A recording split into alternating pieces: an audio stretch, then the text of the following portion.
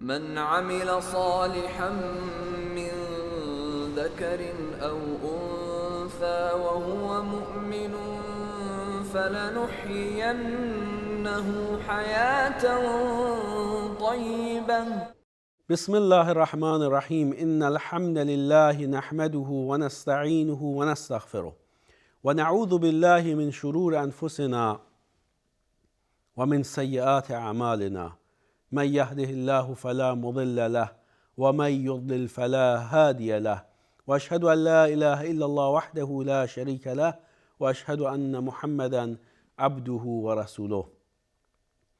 گرامی بندگان الله، سلام و رحمت و برکات الله بر یکایک شما بزرگواران. برنامه دیگر از رشته برنامه حیات طیبه رو به توفیق رب العالمین پیشکش میکنیم به شما بینندگان عزیز و گرامی در موضوع دعا و تأثیرات اون در زندگی. پایان سخن ما در قسمت قبلی این برنامه که در خدمت شما بودیم، اون عزیزانی که برنامه رو دیدند انشاءالله به خاطر خواهند داشت، این بود که دعا برای اینکه تأثیرات خودش رو داشته باشه، علاوه بر اینکه با خلوص نیت و خالصانه برای الله و در جهت فرمانبرداری از الله سبحانه و تعالی انجام میشه، باید مطابق روش رسول خدا صلی الله علیه و آله و صحبه اجمعین، چه در حفظ شروط اون به گونه‌ای که شرعی باشه و مطابقت داشته باشه با امر و فرمان الله و سنت نبوی، و چه از این جهت که به سرانجام برسه و نتیجه داشته باشه، باید مطابق روش رسول خدا صلی الله علیه و آله و سلم باشه. چه بسا کافران هم دعا میکنن، اما الله میفرماد و ما دعاء الکافرین الا فی ضلال، در گمراهی بی اثر بی نتیجه بدون پاداش هست. چون آنگونه که باید به معنای توحیدی و خالص بودن اون آمیخته به توحید و برخوردار از توحید و اخلاص نیست، به روش درست نیست. حال شاید اینجا یکی این سوال رو مطرح بکنه که من سالهای سال دعا کردم، خالصانه هم دعا کردم و خواستی داشتم، رفع اون خواسته و برآورده شدن اون خواسته رو خالصانه بلکه به روش رسول الله صلی الله علیه و آله و صحبه اجمعین از الله تعالی مسئلت کردم، اما دعای من اجابت نشد. چرا؟ ببینید، یک، در خواستن از الله سبحانه و تعالی باید یقین داشت. آنچه که عرض میکنم آداب دعا هست. رسول خدا صلی الله علیه و آله و صحبه اجمعین فرمودند اذا سأل احدكم ربه فلیعزم المسأله. علاوه بر این که با یقین و در جهت فرمانبرداری از الله سبحانه و تعالی و با اخلاص دعا میکنه و برآورده شدن حاجتش رو خالصانه و با توحید بدور از روی آوردن به غیر الله از الله میخواد، یکی از دعاها این هست که شک و تردید به خودش راه نده. میگه خدایا مرا ببخش، پروردگارا مرا بیامرز اگر بخوای. نه، این اگر بخواهی اینجا نیست. این اگر بخواهی ایجاد تردید و شک و شبهه داشتن در نحوه درخواست و در عرض نیاز هست. خیر، یا الله من به بخشش تو نیاز دارم، خواهش میکنم با قاطعیت و با امید به رحمت الله از الله بخوام. یا الله خواهش میکنم من بنده گناهکار خودت رو ببخش. اذا سأل احدكم ربه فلیعزم المسأله. خب ممکنه این شخص بگه که من به همین شکل با خواهش و التماس و با قاطعیت از الله خواستم، اما به خواسته خودم نرسیدم. ناامید نشو و ناامیدی به خودت راه نده. این رو بدون که دعایی که میکنی از سه حالت خارج نیست. یک، آنچه رو که از الله میخوای عیناً به همون شکل دیر یا زود برآورده میشه.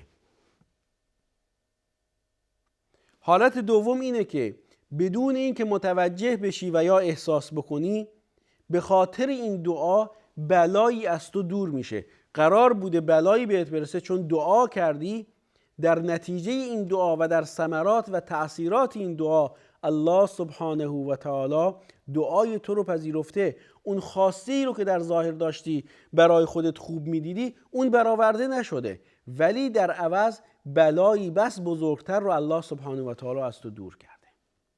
این حالت دوم است. حالت سوم که این هم قطعی و یقینی است، وقتی که الله رو خالصانه با توحید مطابق روش رسول الله صلی الله علیه و آله و سلم صدا بزنی، از الله فرمان برداری کردی، کاری رو انجام دادی که دستور الله سبحانه و تعالی هست، که الله دستور داده به این که او رو صدا بزنیم. به آیات خواهیم پرداخت انشاءالله. همین بس که چون امر و فرمان الله رو اجرا کردی و شروط عبادت درست و صحیح رو درش رعایت کردی، قطعاً اجر و پاداش اون برای تو در آخرت ثبت و ذخیره میشه. بنابراین هیچ دعایی نیست که پذیرفته نشه، یا عیناً همون خواسته انسان برآورده میشه، یا بلایی از انسان دور میشه، و یا اینکه به طور قطع و یقین پاداشش برای شخص ذخیره میشه.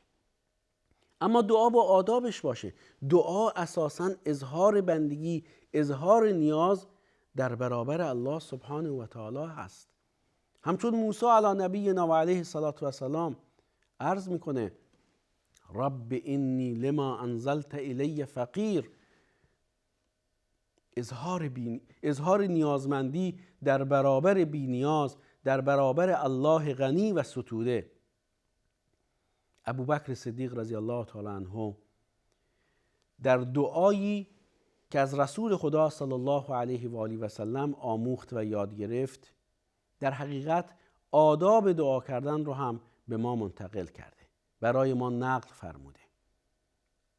دعایی که ابوبکر صدیق از رسول الله صلی الله علیه و آله و سلم یاد گرفت، دعایی که درش 3 مسئله اساسی در بحث آداب دعا میاد. این رو از این جهت عرض میکنم که دعای ما آراسته به آدابش، با اخلاص، با توحید، به روش رسول الله صلی الله علیه و آله و سلم باشه. آثار اون رو در زندگی خودمون میبینیم و در همین دنیا از زندگی پاک و پاکیزه برخوردار میشیم. حیات طیبه لزوما این نیست که من دچار فقر نشم و در زندگی خودم ثروتمند باشم. خیر، حیات طیبه چه در فقر و نداری، چه در ثروت و بینیازی و برخورداری از اموال فراوان معنا و مفهوم خودش رو داره. احساس آرامش، انسان از طیب خاطر و از آرامش خاطر و از صفای درون و از احساس لذت در زندگی که لذت ایمان رو میچشه برخوردار هست. فقیر باشه، غنی باشه. دعایی که ابوبکر صدیق به ما یاد دادند بعد از این که از رسول الله صلی الله علیه و سلم یاد گرفتند که در ضمن اون آداب دعا هم وجود داره اینه. عذرخواهی میکنم. رب انی ظلمت نفسی ظلما کثیرا. در دعا یک مسئله بسیار مهمه، عرض حال، اظهار نیازمندی. همچون موسی علیه السلام رب انی لما انزلت الی من خیر فقیر. اینجاست که میبینیم ابوبکر صدیق رضی الله عنه به ما یاد میده که عرض حال بکنیم، وضعیت خودمون رو بگیم که اظهار بندگی هست، اظهار نیازمندی هست. یا الله، من به خویشتن ظلم زیادی نمودم. رب انی ظلمت نفسی ظلما کثیرا. بعد یکی از نکاتی که در دعا بسیار حائز اهمیت، ثنا و ستایش الله سبحانه و تعالی است که مهمترین بخش دعاست. هم دعای مسئلت رو در بر میگیره، هم دعای عبادت رو. از اونجایی که این بخش مستقیما مرتبط با دعای عبادت میشه، از اهمیت بیشتری برخوردار هست. ولا یغفر الذنوب الا انت. ثنا و ستایش الله سبحانه و تعالی. پس تا اینجا 2 چیز شد: عرض حال، ثنا و ستایش الله، و سوم عرض نیاز، مسئلت خودش رو بگه، نیاز خودش رو ارائه بده که یا الله برآورده شدن این نیاز رو میخوام. اون چیه؟ فاغفر لی، من رو بیامرز. یا الله، من به خودم زیاد ظلم کردم. عرض حال، ثنا و توصیف الله سبحانه و تعالی ولا یغفر الذنوب الا انت فاغفر لی، مرا بیامرز. و در دعا توسل به نامهای الله سبحانه و تعالی به خصوص متناسب با خواسته و نیازی که عرضه میکنیم بسیار حائز اهمیته. این دستور الله سبحانه و تعالی در آیه 180 سوره مبارکه اعراف است.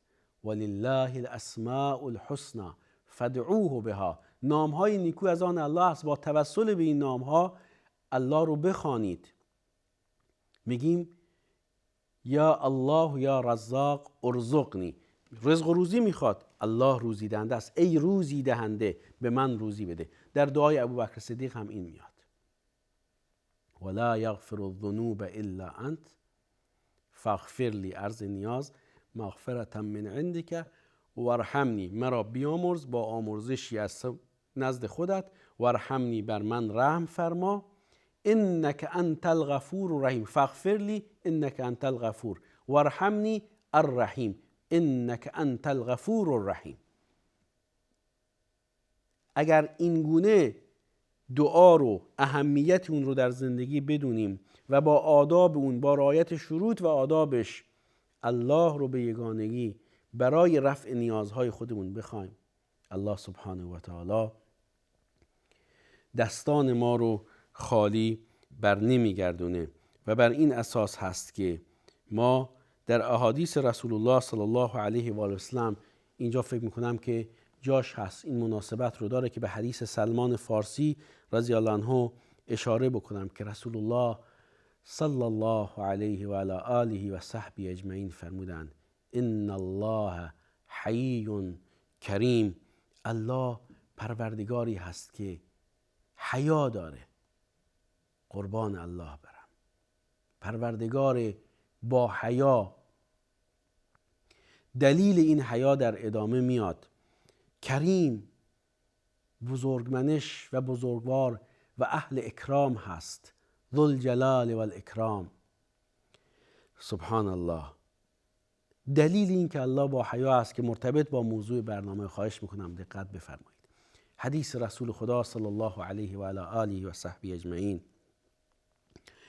یستحیی اذا رفع الرجل الیه یدیه ان یردهما صفرا خائبتین. ای بنده خوب الله، خواهر من، مادر من، برادر من، ای فرزند مسلمان، هرگز از رحمت الله سبحانه و تعالی ناامید نشو. سخن ما درباره دعا و تأثیرات اون در زندگی است. پروردگار ما پروردگار حی و کریم هست، پروردگار با حیا، بزرگوار، بزرگمنش، با کرامت و اکرام کننده. یستحیی اذا رفع الرجل